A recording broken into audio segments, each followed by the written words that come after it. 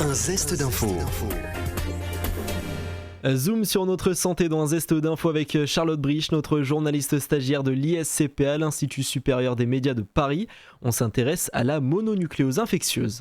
Bonjour Romain, en effet, communément appelée la maladie du baiser, la mononucléose touche surtout les enfants mais n'épargne pas les adultes pour autant. Elle reste toutefois parfois difficile à reconnaître. Repérer une mononucléose n'est toujours pas facile. La raison, les symptômes sont divers et passent parfois inaperçus. Certaines personnes déclarent une angine, d'autres ont des ganglions ou perdent l'appétit, d'autres encore présentent de gros signes de fatigue.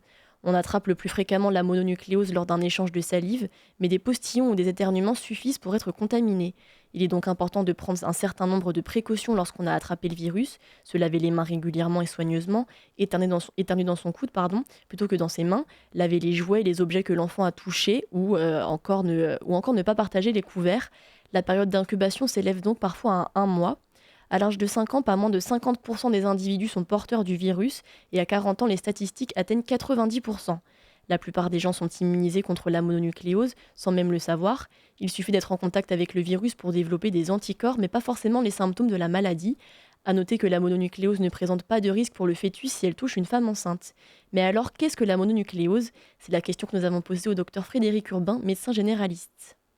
Alors, la mononucléose infectieuse, c'est une maladie virale qui est due à un virus qui s'appelle Epstein-Barr virus, qui est de la famille de l'herpès virus, donc la même famille que l'herpès et la varicelle.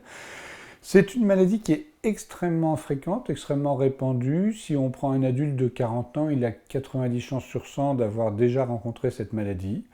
Quand elle touche l'enfant, elle passe souvent presque inaperçue parce que c'est une petite maladie très très légère. Quand elle touche l'enfant plus grand ou le jeune adulte, c'est souvent un peu plus marquant. Ça se manifeste surtout par une angine. Avec une particularité importante, c'est que cette angine pourrait faire croire à une angine bactérienne. Or, il ne faut surtout pas donner d'antibiotiques, en tout cas pas de pénicilline dans cette maladie-là, car il y a un risque de faire une réaction cutanée grave si on associe de la pénicilline à la mononucléose. Après, c'est une angine qui va guérir assez rapidement, mais qui par contre, chez les adultes jeunes, peut laisser souvent quelques mois d'asthénie, de fatigue suite à l'épisode. Et évidemment, ce qui en fait tout le côté un peu socialement intéressant, c'est que c'est une maladie qui se transmet par la salive, donc quand un adolescent est atteint, si cet adolescent échange de la salive avec quelqu'un d'autre de son âge, on risque de s'en rendre compte rapidement, parce que les deux vont avoir la même maladie. Merci docteur, merci Charlotte Brich. Vous pouvez retrouver cette chronique en podcast sur notre site et notre application Radio Sensation.